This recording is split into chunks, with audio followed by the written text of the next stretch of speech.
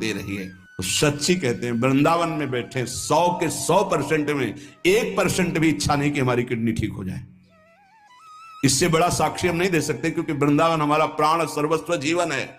कई लोग ऐसे आए कि मैं डिप्रेशन में था, जब से प्रवचन सुना, राधा राधा जपा, सब खत्म हो गया।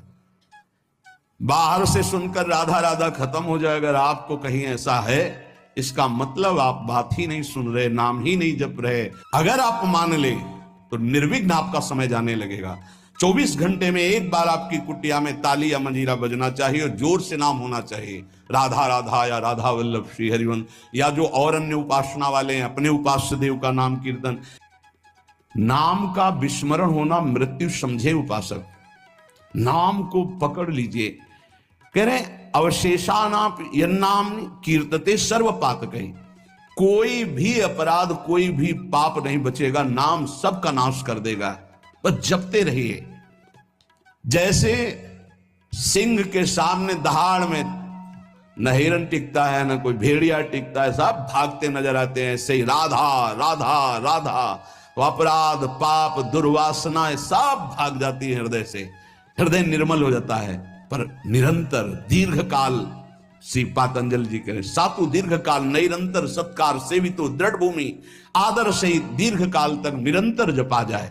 यदि कहीं भावपूर्वक नाम जपा जाए तो बहुत जल्दी नाम का प्रकाश हो जाए।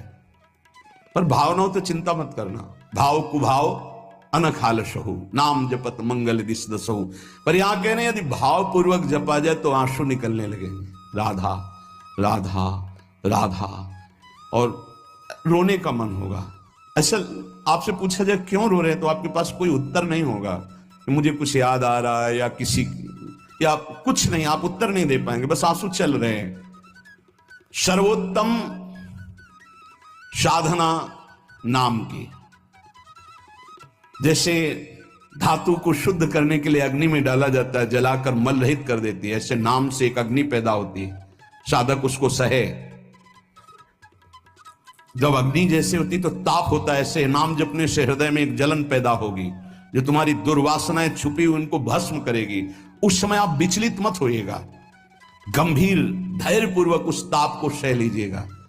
विश्वास कीजिए अनंत जन्मों की जलन मिट जाएगी अगर सह गए। अगर मनुष्य नाम के बल से इस जलन को सह जाए तो फिर नरक यंत्रणा, मां के गर्भ में जाना, ये सब खत्म हो जाएगा। देखो हम बड़े बड़े कष्ट सहने के लिए तैयार हो जाते हैं जब हमें पता हो जाता है कि अब हमको ऑपरेशन करवाना ही पड़ेगा। अब फिर राजी हो जाते हैं, पैसा दे देते हैं, दस्तखत कर देते हैं कि यदि हम मर जाएं तो आपका कोई दोष नहीं। क्यों? अब वो पीड़ा हटानी है।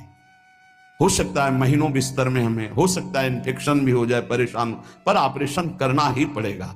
ऐसे ही मान लीजिए अब ये ऑपरेशन करना ही पड़ेगा। जन्म जन्मांतरों से हमारा भव रोग बढ़ चुका है, अब ऑपरेशन के लिए तैयार हो जाइए। ऑपरेशन के लिए तैयार क्या होता है? चीड़ा फाड़ा जो लगेगा, सुन्न का सुई लगेगा, बड़ा कष्ट सहना पड़ेगा, महीनों बिस्तर में पड़े रहना पड़ेगा, पर हम वो करेंगे अब, क्योंकि इस रोग से निवृत्त होना है। ऐसे ही हमको विकारों से जलना पड़ेगा, हमको प्रियजनों की भावनाओं से बचना पड़ेगा, हमको अपनी प्रिय भावनाओं से बचना पड़ेगा।